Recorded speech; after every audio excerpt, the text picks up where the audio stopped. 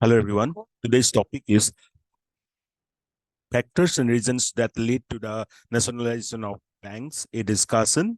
And this is important from the GS paper 3 perspective. So we know the Congress government had nationalized 14 banks in 1969, another 6 in 1980. Now, what does it mean by nationalization? Nationalization essentially means that the government took over the ownership of certain private banks. And what was the aim? aim was sorry aim was to take away the control from a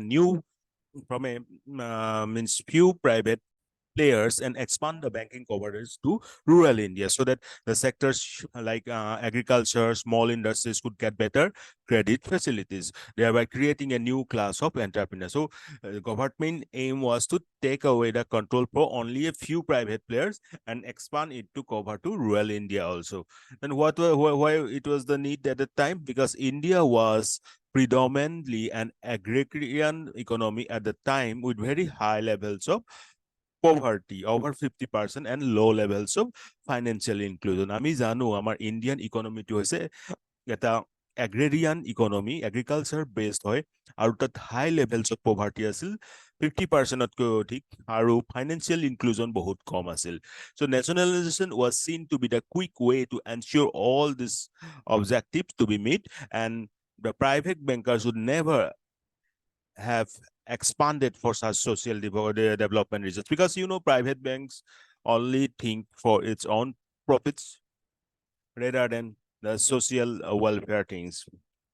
Now, if we summarize the factors, we can see that first, need for mobilization of savings to develop agricultural and small industries, then reducing regional imbalance to curb the urban-rural divide. Then between 1951 to 1968, agriculture had raised less than 2% of credit disbursed by the commercial banks. See, so they got only 2%, less than 2% credit from the commercial banks.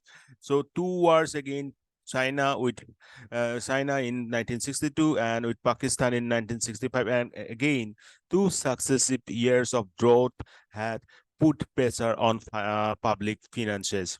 Then again, we know about our plan holiday, 3 years plan holiday, and slowdown in growth affected the aggregate demand as public investment was reduced. Then need for controlling private monopolies and equal distribution of wealth. So these are the factors. We know that at that time, Prime Minister was Indira Gandhi, who nationalized 14 banks in 1969. No need to mug up all these 14 banks name. So why means these things are done? Why this nationalization of bank was done? Because it was their aim was, I mean, the government aim was to sync the banking sector with the goals of socialism adopted by Indian government after independence. See, although we call our economy as mixed economy, but after independence, it was more socialism than marketism. So socialism importance was there, right? Then let's again go through the factors and reasons that led to the nationalization of banks in broad. Lesser lending to rural areas, main reason, because even though the banks lent credit, the dispersal to the rural areas and small scale borrowers was far less as compared to the industry, despite of the Banking Regulation Act of 1949. Although we had one Banking Regulation Act 1949 at that time, but still the banks lent very less to the small scale borrowers and very less credit dispersable to the rural areas. Then agricultural credit neglected. The loans by the commercial banks to industry near doubled between 1951 to 68, from 34 to 68%. So see, it means land towards the loans towards the industry sectors was doubled in this period, 51 to 68, from 34 to 68. Although agriculture receive only less than 2%, means they are neglecting the agricultural sector. So government of the time believed that the banks failed to support its socio-economic objectives, and hence it should increase its control over them. Yes, at that time it was very much needed. Then expansion of banking, the idea was to ensure reach of bank to unserved and undeserved areas. Underserved areas. So main aim to কি আছিল? কাৰণ দেখা পাইছো আমি বেংকে কি কৰিছিল সেইটো সময়ত বহুত কম লোন দিছিল এগ্ৰিকালচাৰেল সেক্টৰত less than 2%, while ইণ্ডাষ্ট্ৰি সেকশনত তেওঁলোকৰ প্ৰফিট বেছি হয় কাৰণে 34 পৰা 68% লৈকে গ্ৰ' হৈ গৈছিল 51 to 68 এই পিৰিয়ডটোত। So তেওঁলোকে সোশিও ইকোনমিক অবজেক্টিভস খিনি খুব কমকৈ সাপোর্ট কৰিছিল। So সেয়েহে বেংকিং সেক্টৰটো এক্সপান্ড কৰা হ'ল কাৰণ এতিয়া ইয়াত আনসাৰ্ভ আৰু আন্ডাৰসাৰ্ভ area বহুত থাকি গ'ল। আমি we can see that the small scale borrowers are kind of very much underserved, right? ঠিক আছে, আনডিজাৰ্ভ নহয় তো আন্ডাৰসাৰ্ভ ঠিকে লিখা হৈছে। চ' আৰু মানে আনসাৰ্ভটো আপোনালোকে ভাবিব পাৰে যিখিনি আমাৰ ৰুৰেল সেক্টৰ হয় বহুতটো ফাইনেন্সিয়েল ইনক্লুজন হোৱাই নাছিল। So' that's why expansion of banking to unserved and underserved areas, especially remote hinterland, and this would result in formalizing the economy to an extent. Then mobilization of savings, nationalism aimed at mobilizing the savings of the people to the largest possible extent and to utilize them for productive purposes. Saving to mobilize kora, right? Then economic and political reasons are of course there, because bank nationalization was one of the India Gandhi's responses to the economic and political challenges of the time. For example, that time there were two wars. One is with China in 1962 and another in 1965 with Pakistan, that put immense pressure on public finances. Then 2 successive years of drought had not only led to the food shortages, but also compromised the national security. These two are the economic and political reasons. Then main objective was to reduce regional imbalance and increase the priority sector lending, because our India is an agricultural based country, agrarian economy we have, so that should be given priority. That's why their main objective behind this nationalization is to reduce the regional imbalance and to increase the priority sector lending. And what were the impacts on economic development and job creation because of this nationalization? First, increase in savings. Financial saving rose as lenders opened new branches in areas that were unbanked. আগতে যিবিলাক এৰিয়াত bank নাছিল, এতিয়া হেনুকা বিলাক area to bank branch established hole. Gross domestic savings almost doubled as a percentage of national income in the 1970s. So gross domestic saving double hoi goise 1970 loike. Then improve in bank efficiency due to nationalization of banks. The efficiency of the banking system in India improved, that boosted the confidence of the public in banks.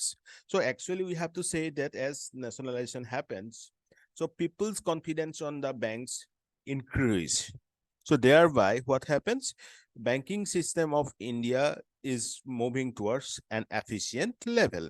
Then small scale industries boost the sectors that were lagging behind, like small scale industries and agriculture now got a boost that led to an increase in fund and thus increase in the economic growth of India. Jibilak sector agote dhyan dia nasil, now through government policy implemented through this nationalized bank, thereby boosting the funds and economic growth in these sectors also. Then penetration of banks, nationalization of banks also increased the penetration of banks, mainly seen in the rural areas of India. Financial inclusion, it led to because India's nationalization led to an impressive growth of financial intermediation.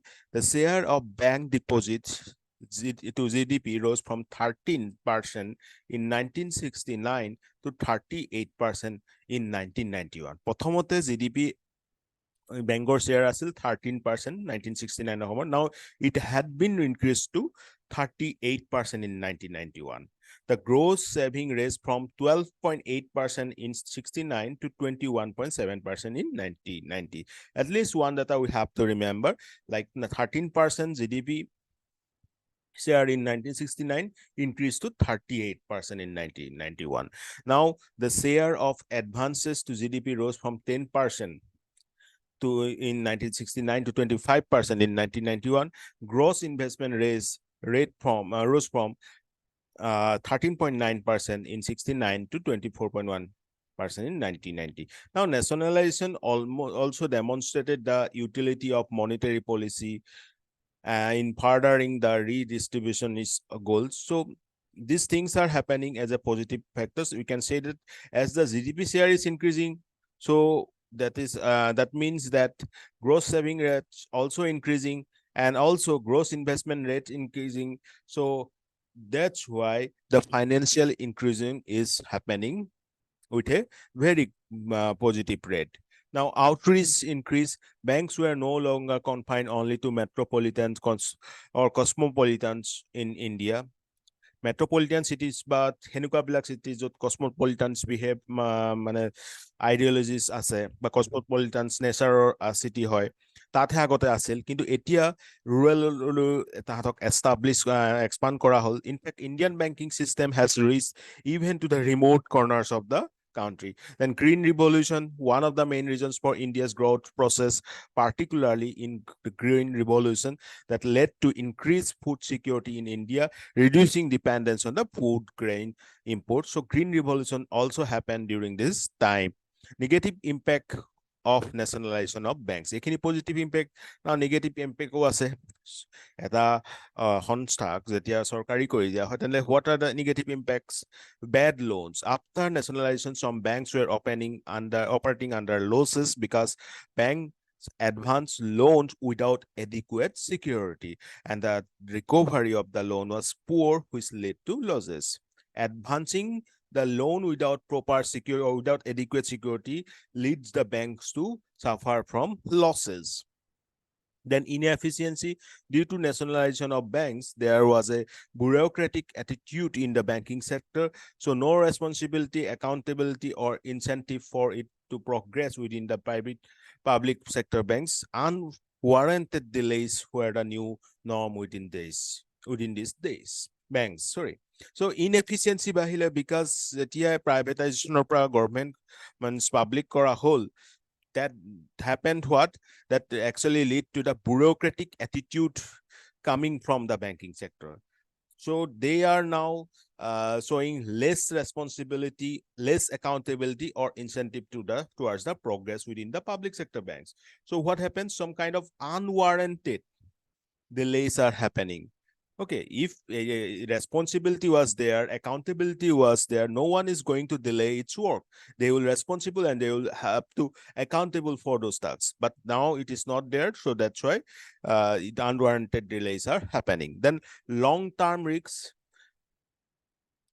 Though the liberal credit is necessary for the development of rural India, it had also created harmful effects on the stability of the banking sector. Now, nationalized banks are now facing the problems of overdue loans and establishment of economically unviable branches.